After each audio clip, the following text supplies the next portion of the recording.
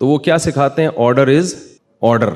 ان کو پتا ہے جنگ میں اگر ضرورت پڑی نا کہ یہاں سے وہاں جاؤ اور یہ مناظرہ کرنے لگ گیا کہ سر کیوں جاؤں, تو جنگ میں شکست ہو جائے گی. تو آفیسر کی اطاعت سکھائی جاتی ہے, کچھ ایسے کام کروائے جاتے ہیں بھائی تمہاری سمجھ میں آئے نہ آئے تم نے کرنے ہیں. تو حج بھی اسی ٹریننگ کا نام ہے. اللہ کہتے ہیں کہ میں جو کہہ رہا ہوں تم نے کرتے رہنا ہے, بس یہ نہیں پوچھنا کہ کیوں. یہی اس کی ایک لاجک ہے. دیکھیں اسلام میں لباس, گورے اس بات کا اعتراف کرتے ہیں کہ سلا ہوا لباس پہننا یہ مسلمانوں نے یہ دنیا میں پھیلایا ہے یہ, لیکن حج میں ہم سے سلا ہوا لباس چھین لیا جاتا ہے. مجھے آپ بتائیں اسلام میل کچیل کو پسند کرتا ہے یا صفائی کو؟ کبھی آپ نے سنا کہ جو جتنا گندا میلا ہوگا جنت میں اعلیٰ مقام پر ہوگا, یا مسجد میں جتنا میل؟ نبی صلی اللہ علیہ وسلم نے تو جو پیاز کھا کے, کچا پیاز کھائے نا, اس کو کہا ہے کہ لا یقربن مصلانا, مسجد آنا تو دور کی بات قریب بھی نہ پھٹکے.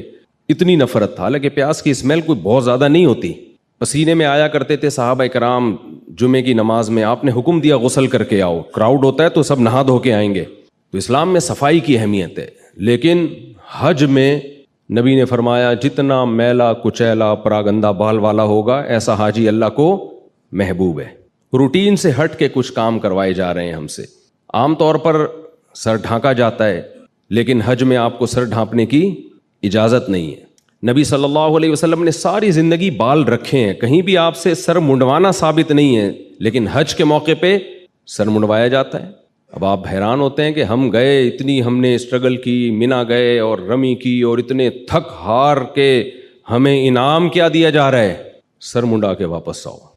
الحمدللہ نحمدہ ونستعینہ ونستغفرہ ونؤمن بہ ونتوکل علیہ ونعوذ باللہ من شرور انفسنا ومن سیئات اعمالنا من يهده الله فلا مضل له ومن يضلل فلا هادي له ونشهد أن لا إله إلا الله وحده لا شريك له ونشهد أن محمدا عبده ورسوله صلى الله تعالى عليه وعلى آله وأصحابه وبارك وسلم تسليما كثيرا كثيرا.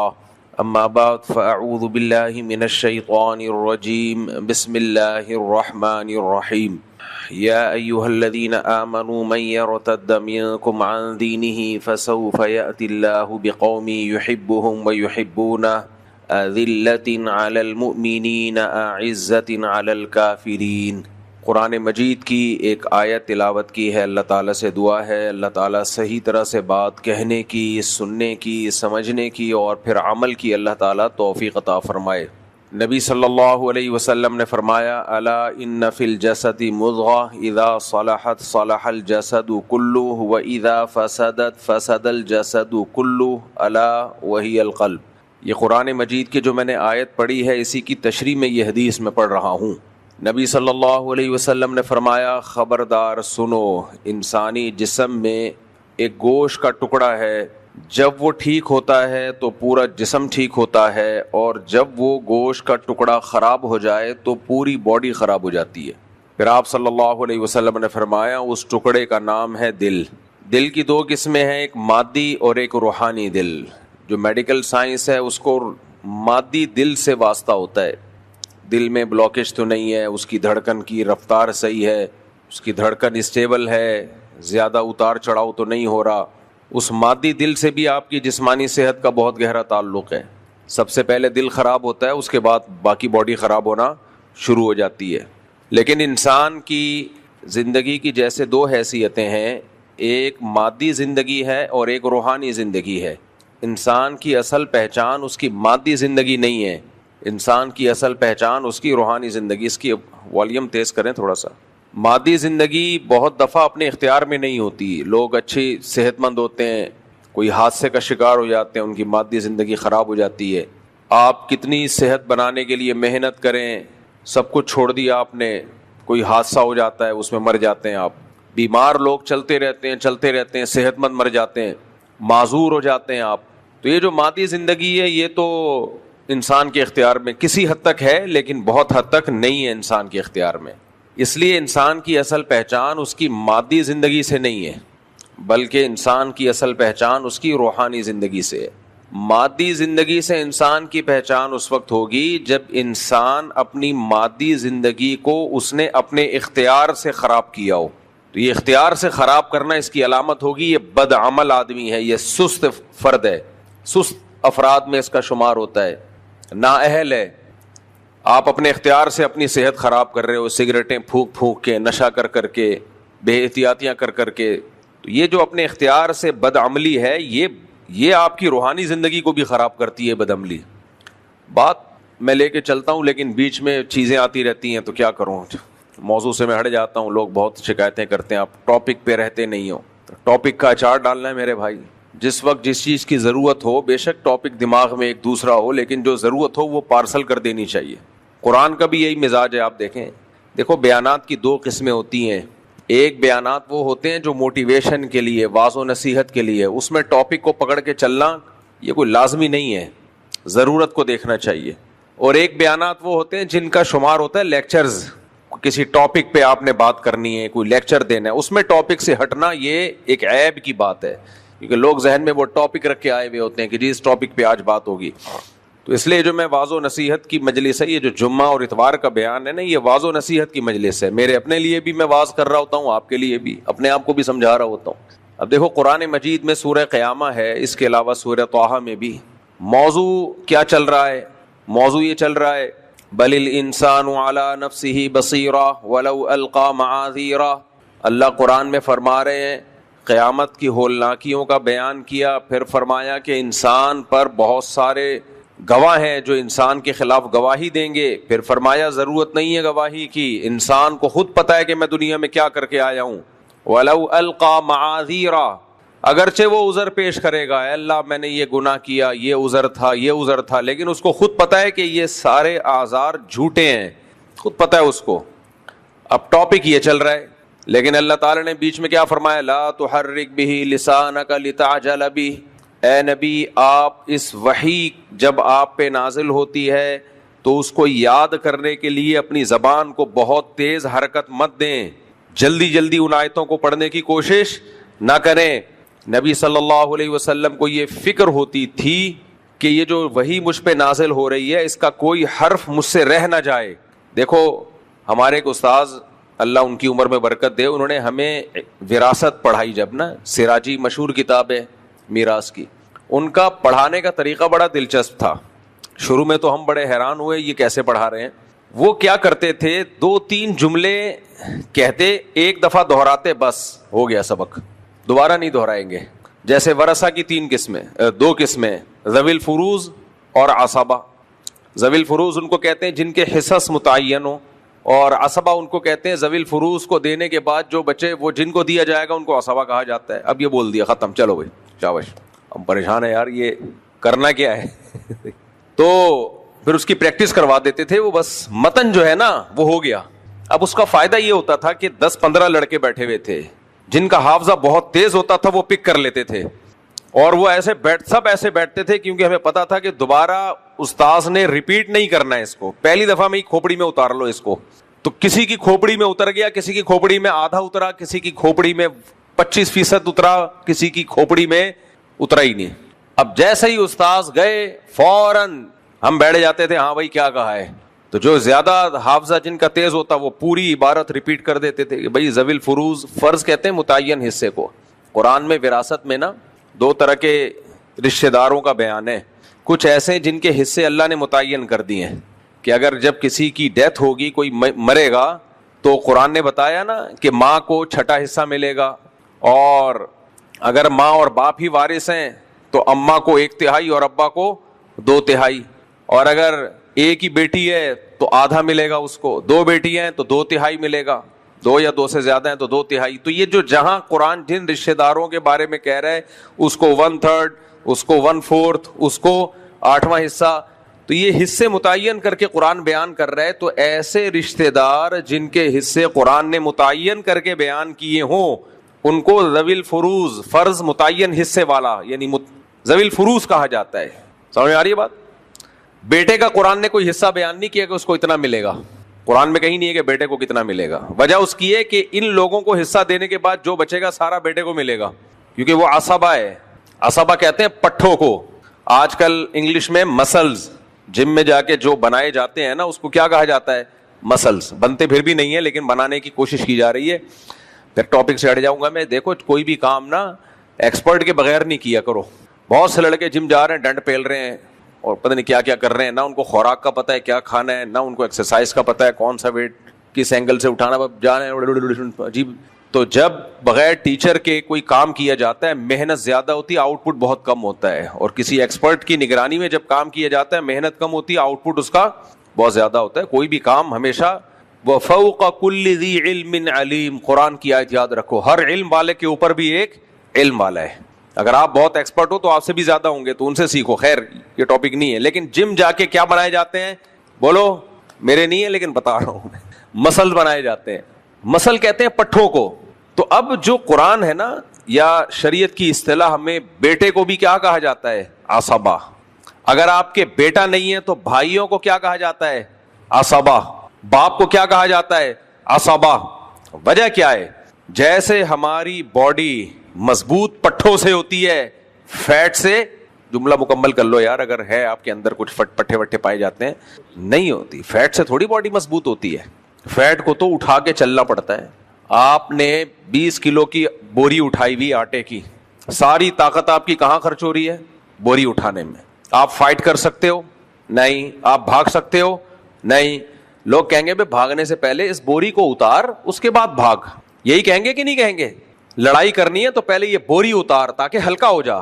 تو یہ خوب سمجھ لو، جیسے آٹے کی بوریاں اٹھا کے بھاگنا ممکن نہیں ہے، لڑنا ممکن نہیں ہے، اور بھی بہت سارے کام ہیں جو ممکن نہیں ہے. تو اسی طرح سمجھدار لوگ سمجھ گئے. تو اسی طرح اتنا فیٹ لے کے جو گھوم رہے ہوتے ہیں نا وہ بھی کچھ نہیں کر سکتے. نہ چل سکتے ہیں، نہ دوڑ سکتے ہیں، اور کچھ بھی نہیں کر سکتے وہ. تو اس لیے یہ وزن اتارنا بھی کیا ہے؟ ضروری ہے. اس کو ریپلیس کرنا ضروری ہے. کس سے؟ مسل سے.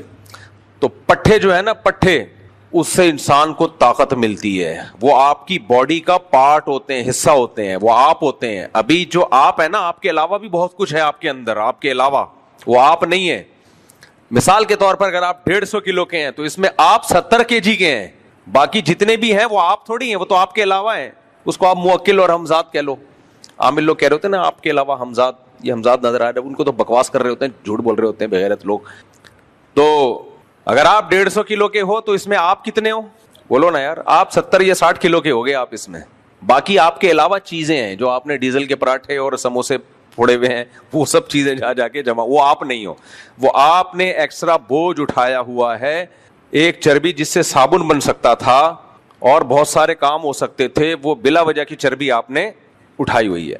تو مسلز کیا ہوتا ہے؟ یہ میں ایک ٹاپک کی طرف آ رہا ہوں. آپ سمجھ رہے ہو کہ میں نے کیا ٹاپک چھیڑ دیا. میں اپنے اصل ٹاپک کی طرف بھی آؤں گا انشاءاللہ جو میں لے کے چلا تھا. مسل جو ہے نا، عصبہ، پٹھے، انسان کی باڈی کا پارٹ ہوتے ہیں. تو اس باڈی کا پارٹ ہونے کی وجہ سے وہ آپ ہیں، وہ آپ کے علاوہ نہیں ہے. جب وہ آپ ہیں تو آپ پہ کوئی حملہ کرے گا تو آپ کے مسل جتنے اسٹرانگ ہوں گے، جتنے مضبوط ہوں گے، اور ہوں گے بھی، ہونا بھی ضروری ہے، آپ فائٹ کر سکتے ہو اچھی. آپ دوڑ سکتے ہو، بھاگ سکتے ہو، بیماریوں کا مقابلہ کر سکتے ہو. تو اللہ نے جو مرد رشتہ دار ہوتے ہیں نا، بیٹا ہے، بھائی ہے، باپ ہے، دادا ہے، باپ دادا نہیں ہے تو چچا، ان مرد رشتہ داروں کو شریعت کی اصطلاح میں عصبہ کہا جاتا ہے. کیوں؟ وہ آپ کے لیے کون سا کام کرتے ہیں؟ پٹھوں کا. وہ آپ کے گرد حصار ہوتے ہیں، آپ کو فائنینشلی بھی سپورٹ کرتے ہیں اور لڑائیوں میں بھی آپ کے کام آتے ہیں. اور اگر کام نہیں آ رہے تو وہ پٹھے نہیں ہیں، وہ الو کے پٹھے ہیں. اور آج کل یہ دوسری قسم پٹھوں کی زیادہ پائی جاتی ہے، کیونکہ لوگ بتا رہے ہوتے ہیں میرا بڑا بھائی بڑا کروڑ پتی مالدار ہے، میں غریب ہوں، ایک دھیلا نہیں دیتا، پان گٹکے کے پیسے تک نہیں دے رہا ہوتا میرا بھائی، مجھے کرائے کا در در کا محتاج ہوں. تو وہ بڑا بھائی پھر پٹھا ہوا یا کچھ اور؟ اس کو الو کا پٹھا کہنا ٹھیک نہیں ہے، لیکن یہ عمل سے تو اس نے بتا دیا نا. بھائی تو بھائی کے سپورٹر ہوتے ہیں، بیٹا باپ کا سپورٹر، باپ بیٹے کا سپورٹر، چچا چچا زاد بھائی. اگر چچا نہیں ہے تو چچا زاد بھائی بھی کیا ہیں؟ عصبہ ہیں.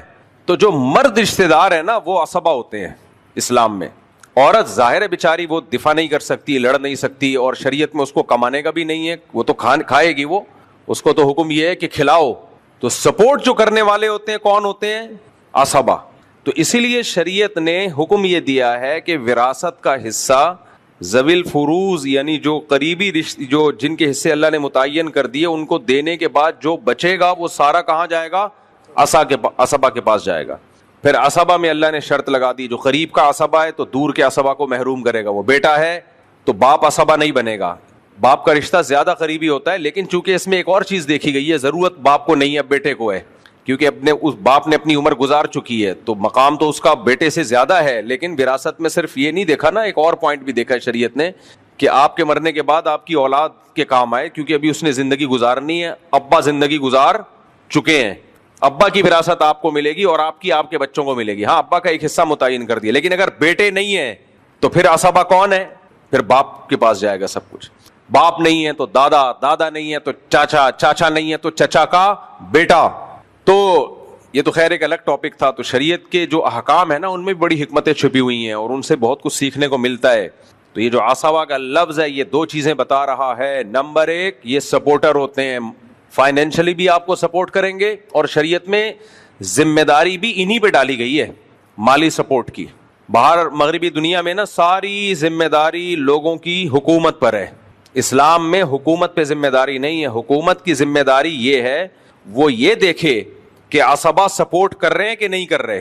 بھائی بھائی کے خلاف کیس کر سکتا ہے کہ میں غریب ہوں, مسکین ہوں, کچھ کھانے کو نہیں ہے, میرا بھائی میرا خیال نہیں کرتا, تو گورنمنٹ کا کام ہے وہ بھائی کو مجبور کرے کہ دو بھائی اس پہ خرچ کرو تم. تو ان ملکوں میں چونکہ ریلیشن ختم, ریلیشن کیا ہو گیا؟ ختم. تو اب کوئی سپورٹ, بیوی کو سپورٹ نہیں کر رہے, بھائی بھائی کو کہاں سے سپورٹ کرے گا؟ تو اس لیے میں بار بار کہتا ہوں ایک طرف ہو جاؤ, یا تو پورے انگریز کے پٹھے بن جاؤ یا پورے اسلام کی طرف آ جاؤ. جب اسلام کی طرف آؤ گے تو اس میں پھر بچے بھی ہیں, بیوی بھی ہے اور رشتے دار بھی ہیں, پھر ان کو سپورٹ کرنا بھی ہے, وہ خالی پیلی کے نہیں ہے وہ. پھر اگر بھائی ہے تو اس کی ذمہ داری بھائی پر ہے, باپ کی ذمہ داری اولاد پر ہے بڑھاپے میں, ماں کی ذمہ داری اولاد پر ہے. آج دیکھ لو جتنے بڑے گھرانے ہیں وہاں پر ساری ذمہ داریوں سے وہ دستبردار ہو رہے ہیں. اخلاقیات کا معیار پتہ ہے کیا بن گیا ہے؟ کل میں ایک ولاگ دیکھ رہا تھا, کوئی باہر ملک کا کوئی ولاگ بنایا انہوں نے, اچھے آدمی ہیں, تو تعریفوں کے پول باندھ دیے انہوں نے. سڑکیں دیکھو, کچرا نہیں ہے, یہ نہیں ہے, وہ نہیں ہے, اتنے اچھے اتنے اچھے اتنے اچھے اتنے اچھے اتنے اچھے. آدمی کہتا ہے یار, اور ہمارا یہ نقشہ کھینچا اتنے گندے اتنے گندے اتنے گندے اتنے گندے, ہم لوگ اتنے گندے. بھائی بس کرو یار, بس کرو یار. ایک دم کسی کے ظاہر کو دیکھ کر فوراً ایک اسٹیٹمنٹ قائم کر لینا. اتنے اچھے ہیں اکیلے سارے, اچھے بہت ہیں, لیکن ہے کیا اتنے اچھے؟ تو آپس ریلیشن کیوں نہیں ہے ان کا آپس میں؟ یہ کون سا ریلیشن ہے؟ تمیز سے بات کر لی, تھینک یو کہہ دیا, اس کے علاوہ کوئی ریلیشن ہی نہیں ہے. ارے کمبختو, اس کو ریلیشن تھوڑی بولتے ہیں. پیدا کرو نا مخلوق کو, بچوں کو پیدا کرو, ان کو کھلاؤ. تمہاری جیب سے جانا چاہیے بچوں پہ خرچہ, پیدا کر نہیں رہے کہ ان کو کھلانا پڑے گا. یہ ریلیشن ہے؟ کنجوسی کی انتہا کہ اپنی اولاد کو پیدا نہیں کیا جا رہا کہ میرے مال میں وہ میرے ساتھ شریک نہ ہو جائے. اس سے بڑا بےغیرت دنیا میں کوئی نہیں ہوگا. میں کہتا ہوں بہت مشکل ہے میرے بھائی بات سمجھانا اس زمانے میں. کافر اپنا بچہ پیدا نہیں کرتا, کیوں؟ یہ تو بیوقوف بنا رہا ہوتا ہے غربت اور مہنگائی. اصل میں وہ کہنا چاہ رہا ہوتا ہے کہ مجھے خرچ کرنا پڑے گا اور میں اپنی اولاد پہ خرچ کرنے کے لیے تیار نہیں ہوں, کیونکہ جیسے میرا جسم میری مرضی, میرا پیسہ میری مرضی. تو جو مخلوق پہ خرچ کرنے کو تیار نہ ہو, اس کی رسپانسبلٹی اٹھانے کو تیار نہ ہو, اور مخلوق بھی کوئی جمشید کے بچے نہیں ہیں, آپ کے اپنے بچے, اس سے بڑا کنجوس اس کائنات میں پیدا نہیں ہوا جو اپنی بیوی پہ خرچ کرنے کے لیے تیار نہ ہو. تو کیا اخلاق رہے گا یار؟ تھینک یو وینک یو بتا. وہ ولاگ بنا رہے ہیں کہ دیکھیں کتنے اچھے اخلاق سے بات کی. ٹھیک ہے, یہ سب چیزیں بہت اچھی ہیں, کتنا ایٹیٹیوڈ, کتنے زبردست, ٹھیک ہے, ایک حد تک صحیح ہے یہ سب. خدا کی قسم ہم پھر بھی ان سے اچھے ہیں. ہمارے ہاں لاہوریوں کی مثالیں دی جاتی ہیں. ہمارے ہاں یورپ کو کمپیئر کیا جاتا ہے لاہور سے, کیونکہ پاکستان میں اخلاق سب سے زیادہ کس کے مشہور, گالیاں کہاں کی زیادہ مشہور ہیں؟ لاہور کی.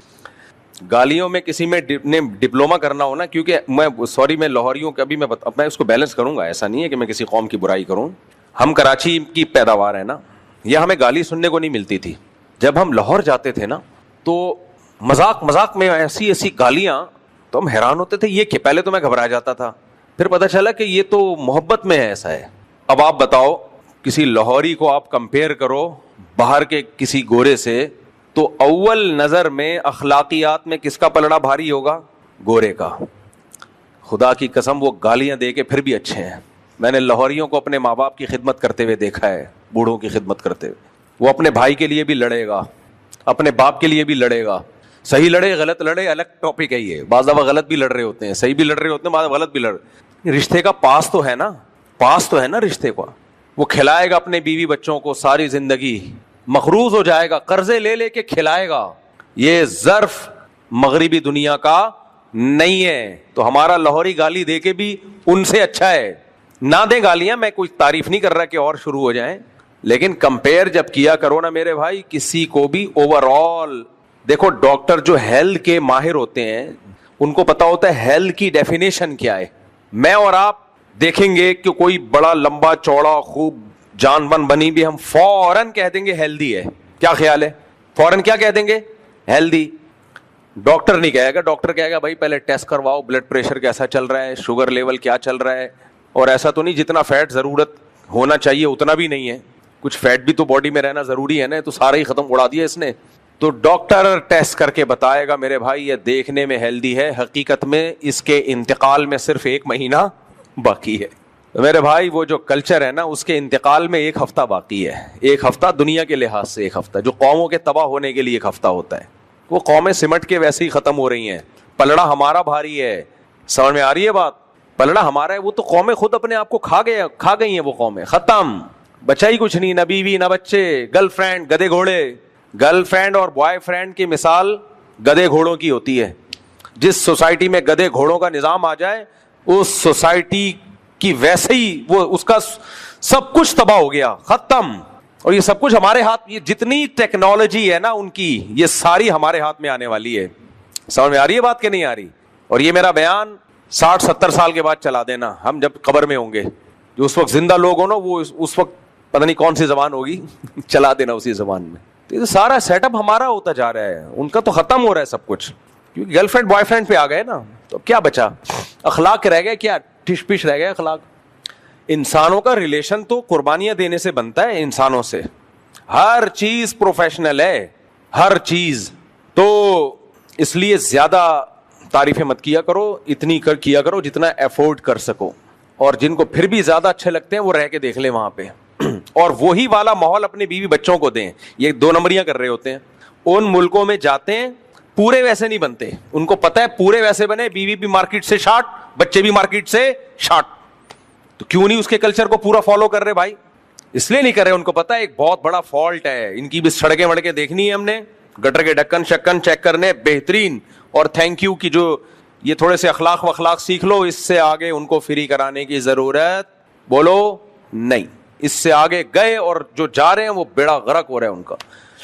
تو خیر, اور یہ جو وہاں کی زندگی ہے, پارک بھرے ہوئے ہیں, جاگنگ کر رہے ہیں لوگ, لائف میں آپ کو خوشیاں نظر آ رہی ہیں, صحیح ہے نا, یعنی لوگ ہر ماشاء اللہ ٹھیش پیش, یہ ضروری چیزیں ہیں میں مانتا ہوں, لیکن یہ اس لیے ہیں کہ اگر وہ لوگ یہ بھی نہ کریں نا تو سارے ہی ڈپریشن سے مر جائیں.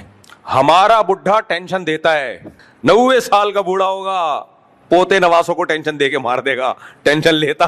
بولو, بہو پہ الگ روپ جمایا ہوا ہے, بچوں کو الگ ڈانٹ ڈپٹ کے پریشان کیا ہوا ہے, پھر بھی بچے آداب میں مرے جا رہے ہیں. اس کو پارک میں جاگنگ کی ضرورت ہی نہیں, کرنی چاہیے پھر بھی ان کو واکنگ کرنی چاہیے.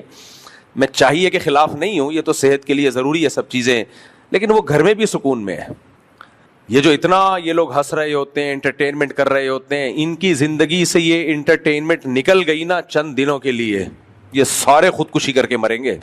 ہماری زندگی میں کوئی انٹرٹینمنٹ ہے نہ, پارک ہیں, کئی بار پارک گیا ہوں جاگنگ کے لیے, بند. کوئی ریپیئرنگ شروع ہو جائے تو 6 سال لگ جاتے ہیں. پارک جی خراب ہو گیا تھا تو اب ریپیئر کرنا ہے, تو کر لو یار جلدی سے. 6 مہینے 7 مہینے ریپیئرنگ میں. پھر پارکوں کے اندر کا ماحول آپ دیکھ لو کیسا ہے.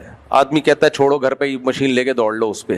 اب تو تھوڑے کتے کم ہو گئے, ورنہ جاگنگ کے دوران جو کتے پیچھے لگتے تھے اس سے جو فیٹ کم ہوتا تھا نا, کتے کا بھی اور آپ کا بھی, دونوں کا فیٹ کیا ہو رہا ہے.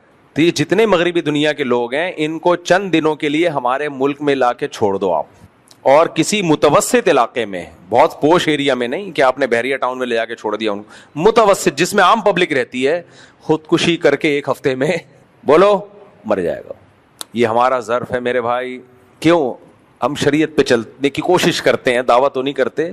تو اللہ نے بہت ساری چیزوں سے ہمیں اسلام کی وجہ سے بچایا ہوا ہے. پورے چلیں تو سبحان اللہ, پورے چل نہیں رہے تو یہ تو ان کو چاہیے. ان کی لائف میں تنہائیاں ہیں, تنہائیاں کھا رہی ہیں, ریلیشن ختم. سوئٹزرلینڈ میں ہم تھے تو ہم 3-4 دوست گاڑی میں جا رہے ہیں تو میں نے کوئی ایک گاڑی نہیں دیکھی جس میں 2 بندے بیٹھے ہوئے ہوں. بہت زیادہ, کوئی 100 میں ایک گاڑی جس میں 2 بندے بیٹھے ہوئے. ایک صاحب نے بتایا کہ یہاں ایسے بھی گورے میرے دوست ہیں جنہوں نے 10 سال سے گاڑی خریدی ہوئی ہے اور کہتے ہیں پچھلی سیٹ پہ ابھی تک کوئی بھی نہیں بیٹھا ہے. نہیں آئی سمجھ میں میرا خیال ہے. کیوں نہیں بیٹھا بھائی؟ کوئی ہے ہی نہیں زندگی میں, کوئی بولو ہے ہی. کوئی ایک فرینڈ ہوگا یا کوئی گرل فرینڈ کا سیٹ اپ بھی ختم ہے اب وہاں پہ. گرل فرینڈ کے بھی تو تھوڑا بہت حرام ریلیشن ہوتا ہے لیکن ہوتا تو ہے نا, وہ بھی آہستہ آہستہ. کیا ہے گرل فرینڈ کا بھی ایسا ہے کہ وہ پتہ ہی نہیں, اس کی بھی ہوگی, ہو سکتا ہے اس کی بھی گرل فرینڈ ہو سکتا ہے اس کا بھی بوائے فرینڈ ہو, پتہ ہی نہیں یار کیا چل رہا ہے مارکیٹ میں. دھوکے, کوئی کسی پہ اعتماد نہیں. 50 55 60 سال کے بعد جا کے وہ سوچ رہے ہوتے ہیں کہ چلو یار اب. تو اس لیے زیادہ متاثر ہونے کی ضرورت نہیں ہے. رنگ رلیوں پہ زمانے کی نہ جانا اے دل, یہ خزاں ہے جو بانداز بہار آئی ہے. تو میں وہ مسل کی مثال دے رہا تھا نا عصبہ کی, تو میں وہ مثال دے رہا تھا کہ ہمارے ٹیچر جب ہمیں پڑھایا کرتے تھے تو ایک دفعہ سینٹینس ایک دفعہ ریپیٹ کر لیا زیادہ سے زیادہ بس.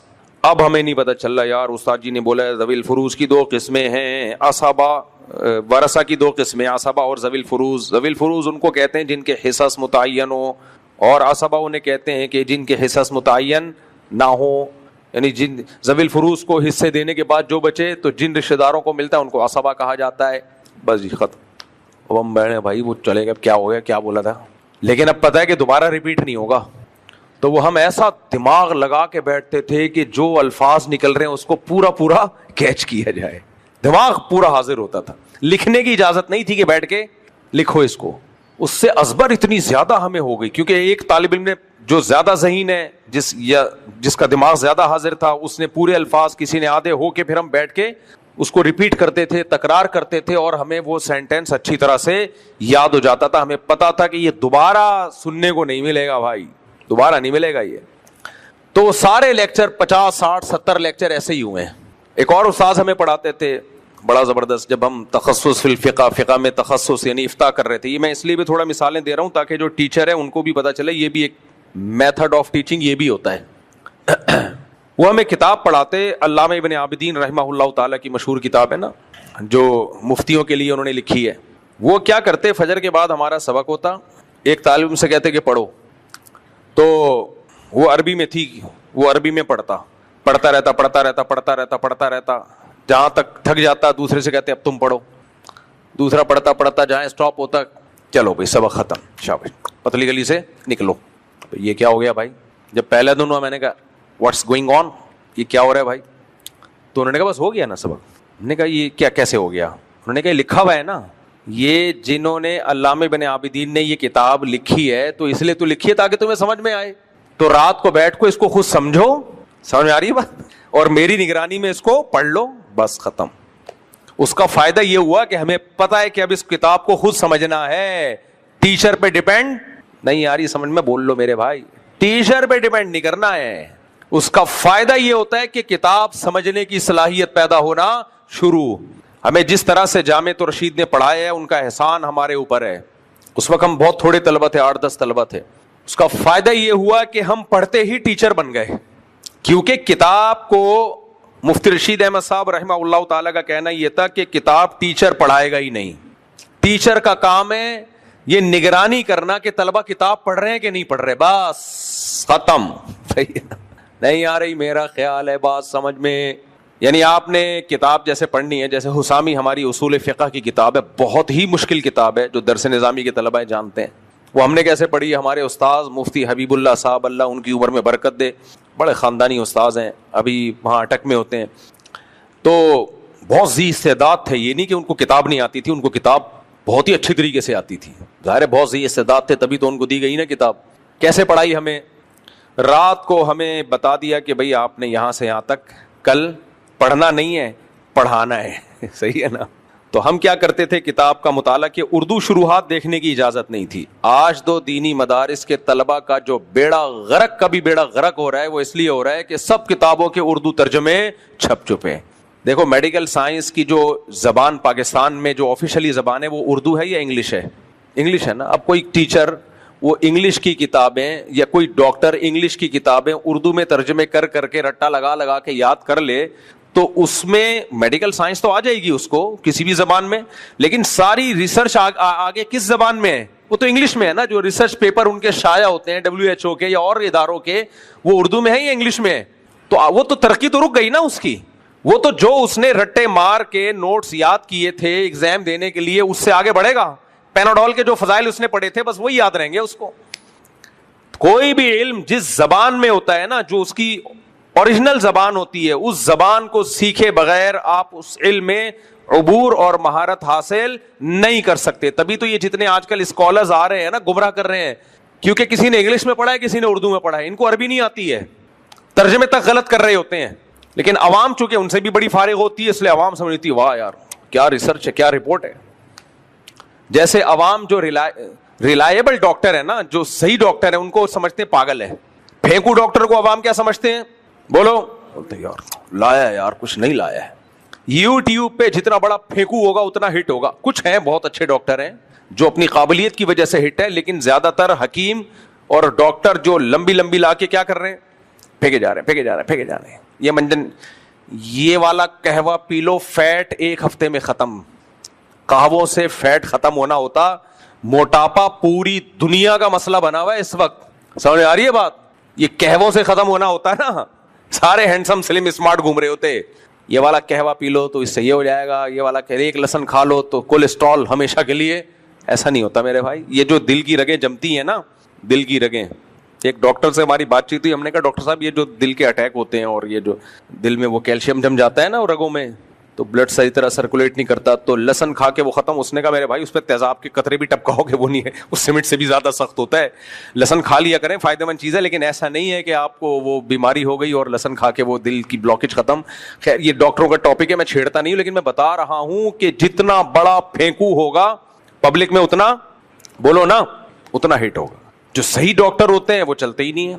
بہت کم ہیں جو یوٹیوب پہ چل بھی رہے ہیں لیکن صحیح بھی ہیں وہ تو, اور میں جانتا بھی ہوں ان کو, لیکن آپ کو بتاؤں گا نہیں میں. خیر تو بات کیا چل رہی تھی, جو بھی علم ہوتا ہے نا اس کی اوریجنل زبان میں ہوتا ہے تو پھر اس میں عبور حاصل ہوتا ہے. تو ہم کیا کرتے تھے, ہمیں جامعۃ الرشید میں یہ اصول بنایا ہوا تھا. اب ہمارے استاذ ہمیں حسامی پڑھاتے تھے نا, اصول فقہ کی کتاب ہے. اصول فقہ بہت مشکل فن ہے. اصول فقہ ہے کیا؟ اصول فقہ کا مطلب ہوتا ہے, یہ میں اس لیے بتا رہا ہوں تاکہ عوام کو پتہ چلے کہ دین کا علم جب تک یہ چیزیں حاصل نہیں ہوگی وہ اس وقت تک عالم نہیں بن سکتے. یہ جو آج کل ہمارے اہل حدیث بھائیوں نے کہا ہے نا قرآن حدیث میں مسئلہ آتا ہے جی, قرآن حدیث سے ہم نے بیان کیا جی. ابے قرآن و حدیث سے مسئلہ تو قرآن حدیث میں ہی ہوتا ہے, تورات انجیل میں نہیں ہوتا. لیکن قرآن اور حدیث سے مسائل کے استنباط کے کچھ اصول اور ضابطے ہیں, کچھ اصول اور ضابطے ہیں. ان اصول اور ضابطوں کو اصول فقہ کہا جاتا ہے. فقہ یعنی جو مسائل کا باب ہے نا قرآن و سنت میں, وہ کیسے نکالا جاتا ہے, عبارت النص کیا ہے, دلالت النص کیا ہے, اشارت النص کیا ہے, اقتضاء النص کیا ہے, حدیث صحیح متواتر کے خلاف ہوگی تو اس کا کیا حکم ہے. اگر کوئی حدیث صحیح ہے لیکن عموم بلوا تھا اس زمانے میں تو سوال پیدا ہوتا ہے یہ اتنا عام مسئلہ تھا, اس کو بیان کرنے والا صرف ایک راوی کیوں ہے. بہت ساری چیزیں اس میں. راوی اگر حدیث کی خود مخالفت کر رہا ہو, ایک صحابی نے حدیث بیان کی لیکن صحابی کا فتویٰ اس حدیث کے خلاف ہے تو کیا حکم ہے. یہ سارے فقہ کے اصول ہیں جو حنفیوں کے بھی ہیں, شوافے کے بھی ہیں, امام مالک کے بھی ہیں, امام احمد بن حنبل کے بھی ہیں. ان میں بہت سارے اصول سیم ہیں, کچھ اصولوں میں اختلاف بھی ہے. یہ اصول پڑھے جاتے ہیں, ان کو کیا کہا جاتا ہے, اصول فقہ. ہمارے اہل حدیث بھائیوں کے ایسا کوئی سیٹ اپ نہیں ہے. تبھی ہر شخص کا الگ ہی قرآن و سنت ہے. ان سے پوچھو وہ قرآن حدیث کے مطابق کچھ اور بتا رہا ہوگا, ان سے پوچھو. مجھے وہ کسی نے کل واقعہ سنایا بڑا دلچسپ کہ کوئی اہل حدیث عالم تھے یا سلفی عالم تھے سعودیہ کے, تو علامہ یوسف بنوری رحمۃ اللہ علیہ جو ہے نا, بنوری ٹاؤن کے بانی, بہت بڑے عالم گزرے ہیں. ان کا عرب علماء سے بھی بڑا لنک تھا. تو عرب کے کوئی سلفی عالم تھے, انہوں نے ان پہ طنز کیا کہ تم حنفی لوگ جو ہے حدیثوں میں تعویلیں بہت کرتے ہو, ایز اٹ از حدیث کو نہیں لے لیتے. کہتے ہو نہیں ایکچولی حدیث کا یہ مطلب ہے تو حدیث کا یہ نہیں, تو یہ تعویلات اتنی کیوں کرتے ہو, جیسے حدیث آ رہی ہے ویسی لے لو بس. تو انہوں نے کہا شکر کرو ہم جیسے حدیث آتی ہے ویسے نہیں لیتے, کیونکہ جو عالم اعتراض کر رہے تھے وہ نابینا تھے. انہوں نے کہا اگر ہم ایسے ہی قرآن و سنت لے لیا کریں نا بغیر کسی تعویل کے، تو قرآن میں آتا ہے من کان فی ہذہ اعمی فہو فی الآخرۃ اعمی، جو دنیا میں اندھا ہوگا آخرت میں بھی اندھا ہوگا۔ کیا خیال ہے؟ اب ایسے ہی لیا جا سکتا